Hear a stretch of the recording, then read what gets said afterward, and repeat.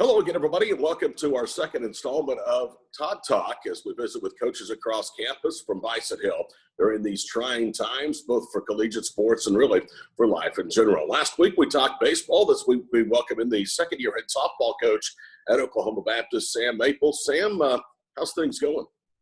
Well, they're different, as you might expect, but we're doing pretty well, all things considered. How you been spending your time? I'll just say time. Unwanted time, I guess, extra time. Yeah. As far as just what my husband and I are doing, we've been getting to spend an extraordinary amount of time together, which is not usually the case given softball season. Typically I'm just gone a lot and he does broadcasting and stuff on the side as well. And so we normally don't see each other this time of year. So that's been kind of nice, I guess, the silver lining. And as far as what we're doing with the team, we've tried to just keep connected with them via Zoom and social media and things like that. We've done some Bible studies on Friday afternoons and kind of keeping them engaged. But yeah, not a whole lot. Your season was going pretty well. You'd won 10 of your last 12. You were 14-10 after 24 games. How difficult, Sam, was it abruptly to see that season with a lot of full momentum ahead cut short? I imagine that was one of the most difficult conversations that I'll ever have to have. To my team, I mean, the girls were devastated, as were we as coaches. We were really getting going into conference, and just seeing a lot of the girls, they were just starting to really mesh together. Our team chemistry and just the flow of things in game was just really fun to watch. We had some really good wins, comeback wins there towards the end of before we got cut off, and it was just a really fun team to watch. So we'll be excited to see them come back ready to go next year. Last week when we talked to Chris Cox with baseball, I asked him, what do you tell your team? Because there were so many unknowns at that time. I mean, even your seniors, so you didn't have a lot on your roster, but girls, this might be the final out you've ever played.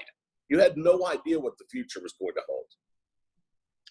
Yeah, certainly I think going forward, it's going to give the girls and us as coaches really a new perspective and a new, for lack of a better way to put it, just being in the moment. I think in all of our practices and all of our games, just being so grateful for that, because really in an instant it was taken away, and I think especially for those seniors, a couple of them returning for another year, I think are eager to get back and just really enjoy that and be in the moment and be grateful for that. Sam, as a head coach, do you use this as a learning and teaching experience for your girls? Because I know a lot of times coaches say you play like it's your last game or your last at bat or your last out. And I think people only think that from an injury standpoint, but this shows that there's many factors that can end a career. I mean, is that something that you use as a learning tool with your team? Oh, sure. Absolutely. And learning for us as coaches, I think just in general, life can throw things at you. And I think it is a cool opportunity to kind of go through that together, both teaching and kind of mentoring the girls, but also for us as coaches, just to have a better understanding and just, again, being grateful for the opportunities that we've been given. And I think certainly a teaching moment for sure. Everything that you had accomplished from really the last 2.5, 3 weeks of the season, at where you are in building this program, how important would it have been for you to go ahead and finish this season and see how it plays out? I mean, I certainly feel like it would have been really awesome to see, especially as we were starting to get going here, getting into the heart of our conference play. I think it would have been really important for us to see, but shoulda, coulda, woulda. I mean, it is what it is. And so I think we're not dwelling so much on, we wish it could have been like this. I think, again, just we've totally been able to take a step back and change our perspective on that. And I think just controlling what we can control, which is our preparation now and getting ready for next season. So. Talking with second-year head softball coach at Oklahoma Baptist, Sam Maples. Sam, I talked to you before your well, I guess after 1 week of the season, you knew you were going to get off to a slow start because your schedule had been toughened up from really the first pitch of the year. Were you pleased with the way that the girls responded after the difficulty and the struggles out in Vegas to start the year? How could you not be? I think as a coach, it was really cool to see them face that adversity and get knocked down and then be able to battle back. And then it was kind of a slow, certainly a slow start, but then even some of our wins were comeback wins, late inning wins. But it seemed like once the girls figured out that, hey, we can do this, being down by a couple runs meant nothing to them. And so that was really cool to witness as a coach. And every team's different. Every team has a different personality, a different culture and chemistry kind of within them as they get more comfortable with each other. And this one was cool. They were really cool. Even in abbreviated season, do you not agree with me that the success you had will pay big dividends going forward? Because you made a comment a moment ago I want to expand on learning how to win, learning how to finish games. And even in a short 24-game season, this team learned that lesson, didn't they? Yeah, definitely. They, I think, after some of those close ball games, I think just kind of getting to figure out how to play with each other. I think they definitely started to get into a groove, and it's so important, I think, as our players figure out that, we preach to them trusting the process, going pitch by pitch. And I think staying in the moment like that and going truly pitch by pitch and sticking with our plan, I think I was really starting to see them do that, and certainly looking forward to seeing them do that again. Let's break the team down just a little bit. Sam, you were third of the conference when the season ended in batted average, fourth in runs scored. You're hitting .307. Did that even surprise you a little bit, at least that early in the season, how well this team had improved offensively? I think we faced really, like we talked about a while ago, really good pitching early on. We faced a couple of teams, UC San Diego, UT Tyler, teams that were ranked in the top 10 early on. And I think facing that pitching really prepared them for our conference, which is highly competitive. We face great pitchers in our league as well. And I think, to say I was surprised, like maybe with some of the freshmen, it was a pleasant surprise to see some of the freshmen really get hot with the bats. But, I think this team is super talented, and I'm really confident in their abilities. So it was cool just to see them show up and produce the way that we've seen them in practice and we know they can do. One of the players we talked about early in the season was Caitlin Marsh, your junior catcher. So much was expected of Caitlin. It's one thing to have expectations, but it's a totally different thing to carry out those expectations. And she was off to a great start, hitting over .450 and was fourth in the conference in batting. Yeah. I think she was just an all-around leader for us, defensively, behind the plate, offensively. And again, we really try to just stay in that moment and really trust our process. So we don't talk a whole lot about results or we don't talk about feeling that pressure or the weight of, okay, you're hitting .450 and you got to keep producing. We don't really think about it like that. We just want them to get up there and, okay, here's our situation. We've practiced this situation, hundreds of times, and just go up there and have some fun and do what we've been doing the whole time, Jaden James also was really a breakout player for you, ranked in the top 15 in batting average in the league, hitting almost .360. That's a great start to a season. Absolutely. She's one of the freshmen I was referring to as just what a pleasant surprise. Wow, she certainly a talented kid when we brought her in, and we knew what she could do, but I think seeing a freshman be able to step on the stage at the college level and just immediately break out, and it's exciting to watch her play.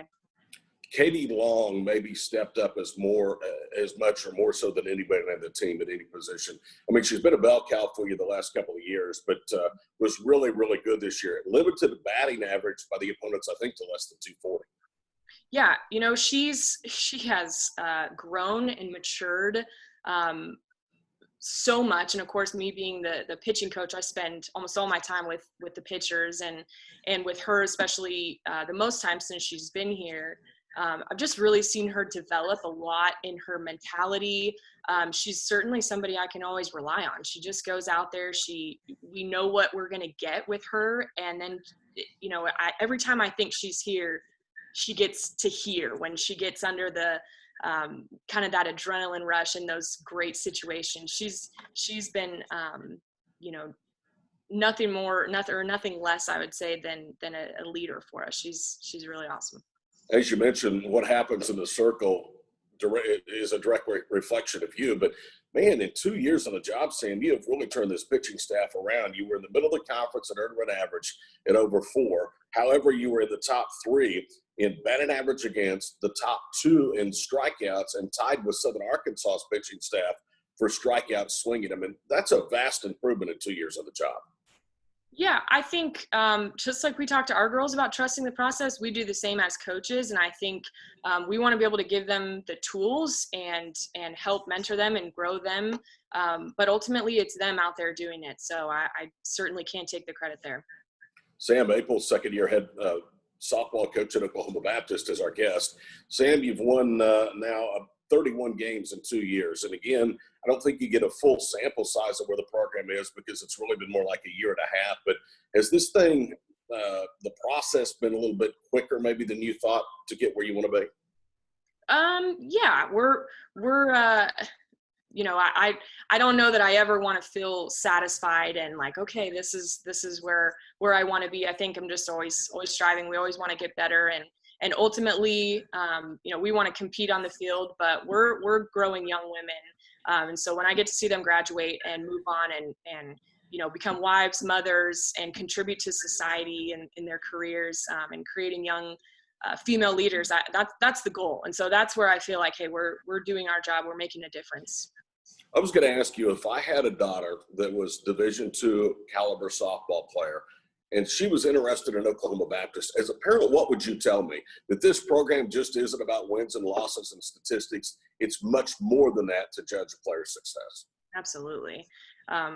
Just to reiterate what I just said, I mean, that's ultimately why I coach, and that's what we're all about, what this program's all about. When recruits come on visits and we get to show them around campus, introduce them to our players, tell them, take a look around. These are your sisters. These are going to be family members to you throughout your 4 years here. And, speaking from personal experience, the girls standing beside me on my wedding day were my teammates. And so I think, certainly a lot more going on than just softball. So it's a cool opportunity for us to be able to coach and mentor.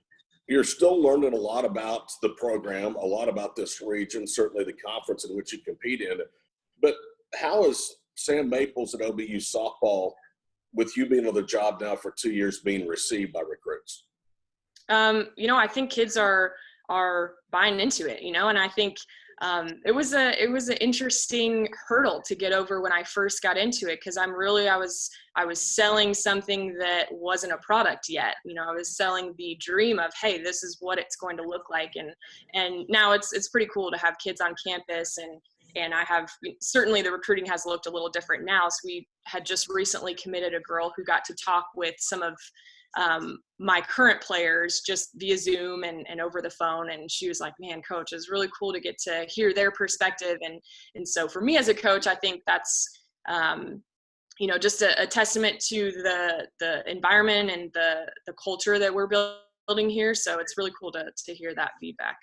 Let's touch on recruiting during these trying times, if you will. Recruiting for softball is a little bit different than what we talked with Chris Cox about last week. Tell us what you're doing in terms of getting new student athletes on Bison Hill.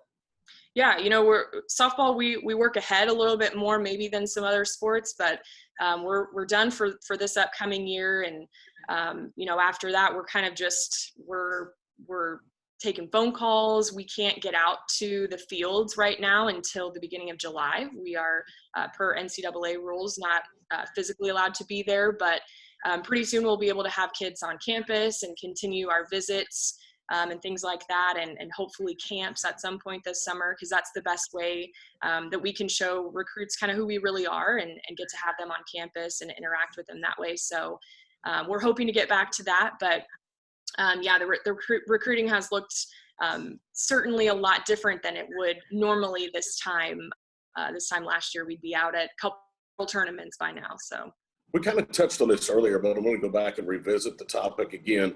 You're a young coach. There is no manual or guide to look at to go through something like this. We talked a little bit about what the players can use to take away from this. What about you as a young coach? Yeah, I think what I try and I don't know the best way to say this, but I think just being relatable is something that's kind of an asset for me. Being a younger coach, I think not only being able to, I guess I just wear all of the hats. I'm kind of a mentor, big sister, if you will, and in some ways, mom in some ways, coach in other ways. I kind of just wear all the hats, and that's kind of the asset that I would say I bring. Let's go back to recruiting. You have finished pretty much, as you mentioned, recruiting for this cycle, but you're going to have an expanded roster next year. That can create headaches, but it's also a nice thing, especially that you have 3 of your 4 seniors that want to come back and continue to build this thing the way you want it built. Yeah, hey, we've got depth. I think when you build competition like that into your practices, there's no doubt that your team gets better. So we're definitely looking forward to that. We've got good players, good talented players that are going to compete for every position. But doesn't it say a lot about the way the program is right now that you have 75% of your eligible seniors that can come back, still want to be a part of your program for another year? Oh, absolutely. Yeah.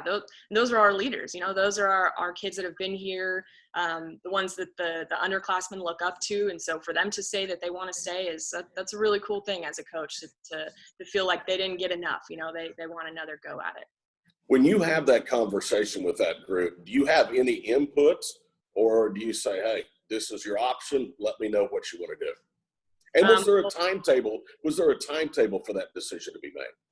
No, we didn't put any pressure or any timetable on that. I think, I really I wanted it to be their decision. Of course, as a coach, I love those kids and I want them back for another year. But it was their decision. And, I'm always here for advice and my coaching staff as well. But and it was pretty quick for all 3 of them. And they were pretty quick to say they wanted another year. And you talk about leadership. That's going to be valuable again because you had a lot of freshmen of this squad, but they only got 24 games in. You're going to bring a new crop in as well. So this team next year is still going to be very, very young. Yeah, they will. And I think, again, competition. I think our goal, and we tell our girls this is our goal as we get better with our program, is continuing to bring in, girls that are better than who we have. And so it forces my upperclassmen and my returners to continue to get better. And so end result is that we're a really competitive team. So I think that, that's what life's all about too. We tell them that, hey, you're going to graduate, you're going to get a job. And then that's exactly what the workforce is going to be like too. Tell us a little bit about some of the new talent that's going to be roaming Bison Hill next year. Yep. Well, we've got some pitching coming in that we're really excited about. We have an All-American pitcher coming from Seminole State Junior College, along with her teammate, Josie Sparks. The pitcher is Cheyenne Eddings, and we're bringing in Josie Sparks, her catcher. She can also play some corner as well. So we're really excited about them. We've got an infielder, Asia Henry, coming from Butler Junior College, another reputable JUCO program. Both of those programs compete in the World Series for JUCO every year. And then we've got some girls from Arkansas. We have Kaylee Sessoms, another pitcher coming in from Arkansas. We have a handful of outfielders coming in because we were assuming that our seniors were not going to be returning, our senior starting outfield. So we have a freshman outfielder coming from California, an outfielder coming from Arkansas. We've got a really, really good squad coming in from all over. Sounds great. You're doing a great job. Super proud of you. Great to have you on Bison Hill. We'll look forward to seeing you next season. Thanks. I appreciate it. Sam Maples, our guest here on Todd Talk, a presentation of Oklahoma Baptist University Athletics. Next week, we talk men's and women's tennis with head coach Jason Proctor. That's next week on another edition of Todd Talk. For Sam Maples, I'm Todd Miller. Todd Talk, again, is a weekly presentation of Oklahoma Baptist University Athletics.